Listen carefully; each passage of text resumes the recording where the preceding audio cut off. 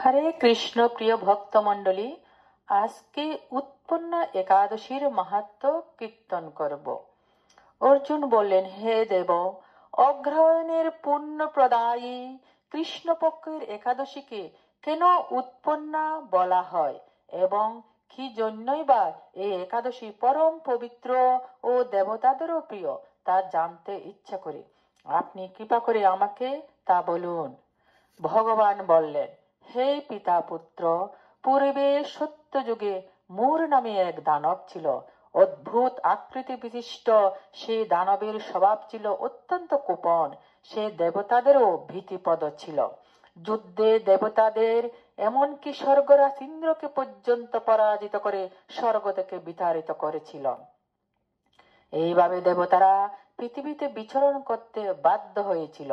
তখন দেবতারা মহাদেবের কাছে গিয়ে নিজেদের সমস্ত দুঃখ সবিস্তারে জানালেন। শুনে মহাদেব বললেন, হে দেবরাজ, যেখানে শরণাগত বৎসল জগন্নাথ গরুর ধ্বজ বিরাজ করেছেন, তোমরা সেখানে যাও। তিনি আশ্রিতদের পরিত্রাণকারী, তিনি নিশ্চয়ই তোমাদের মঙ্গল বিধান করবেন। দেবাদিদেবের কথা মতো দেবরাজ ইন্দ্র দেবতাদের নিয়ে ক্ষীর সমুদ্রের তীরে গমন করলেন। জলে শায়িত শ্রী বিষ্ণুকে দর্শন করে দেবতারা হাত জোর করে তার স্তব করতে লাগলেন।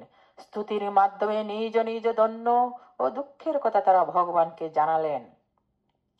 ইন্দ্রের কথা শুনে ভগবান নারায়ণ বললেন, হে ইন্দ্র, সেই মরু দানব কিরকম, সে কেমন শক্তিশালী তা আমায় বলো। ইন্দ্র বললেন, হে ভগবান, প্রাচীনকালে ব্রহ্ম বংশে তালজঙ্গা নামে এক অতি পরাক্রমী অসুর ছিল। তারই পুত্র সে মূর, অত্যন্ত বলশালী, ভীষণ উৎকট ও দেবতাদেরও ভয় উৎপাদনকারী। সে চন্দ্রাবতী নামে এক পুরীতে বাস করে। স্বর্গ থেকে আমাদের বিতাড়িত করে তার স্বজাতি কাউকে রাজা, কাউকে অন্যান্য দিকপাল রূপে প্রতিষ্ঠিত করে এখন সে দেবলোক সম্পূর্ণ অধিকার করেছে। তার প্রবল প্রতাপে আজ আমরা পৃথিবীতে বিচরণ করছি। ইন্দ্রের কথা শুনে ভগবান দেবদ্রোহীদের প্রতি অত্যন্ত ক্রোধান্বিত হলেন। তিনি দেবতাদের সঙ্গে চন্দ্রাবতী পুরীতে গেলেন। সেই দৈত্যরা শ্রী নারায়ণকে দর্শন করে পুনঃ পুনঃ গর্জন করতে লাগলো। দেবতা ও অসুরের মধ্যে তুমুল যুদ্ধ শুরু হয়ে গেল। যুদ্ধে দেবতারা পরাজিত হয়ে এদিক ওদিক পালিয়ে গেল। তখন যুদ্ধক্ষেত্রে শ্রী নারায়ণকে একা দেখে সেই দানব তাকে দাঁড়াও দাঁড়াও বলতে লাগলো। শ্রী ভগবানও ক্রোধে গর্জন করে বললেন, রে দুরাচার দানব, আমার বাহুবল দেখ। এই বলে অসুর পক্ষে সমস্ত যোদ্ধাদের দিব্য বাণের আঘাতে নিহত করতে লাগলেন। তখন তারা প্রাণ ভয়ে নানা দিকে পালাতে লাগলো।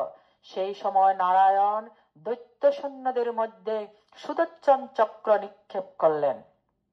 ফলে সমস্ত সৈন্য ধ্বংসপ্রাপ্ত হলো। একমাত্র মূর অসুরই জীবিত ছিল। সে অস্ত্র যুদ্ধে নারায়ণকে পরাজিত করলো। তখন নারায়ণ দৈত্যের সাথে বাহু যুদ্ধে লিপ্ত হলেন। এইভাবে দেবতাদের হিসাবে 1000 বৎসর যুদ্ধ করেও ভগবান তাকে পরাজিত করতে পারলেন না।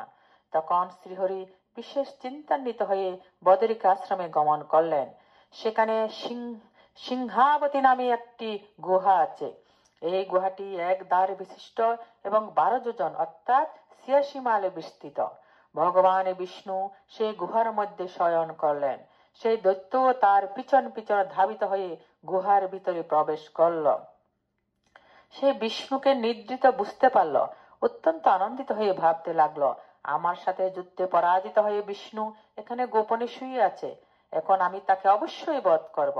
দানবের এইরকম চিন্তার সঙ্গে সঙ্গে শ্রী বিষ্ণুর শরীর থেকে একটি কন্যা উৎপন্ন হলো। এই কন্যাই উৎপন্ন একাদশী। তিনি রূপবতী, সৌভাগ্যশালিনী, দিব্য অস্ত্র শস্ত্রধারিণী ও বিষ্ণু তেজ সম্ভূতা বলে মহাপরাক্রমশালী ছিলেন।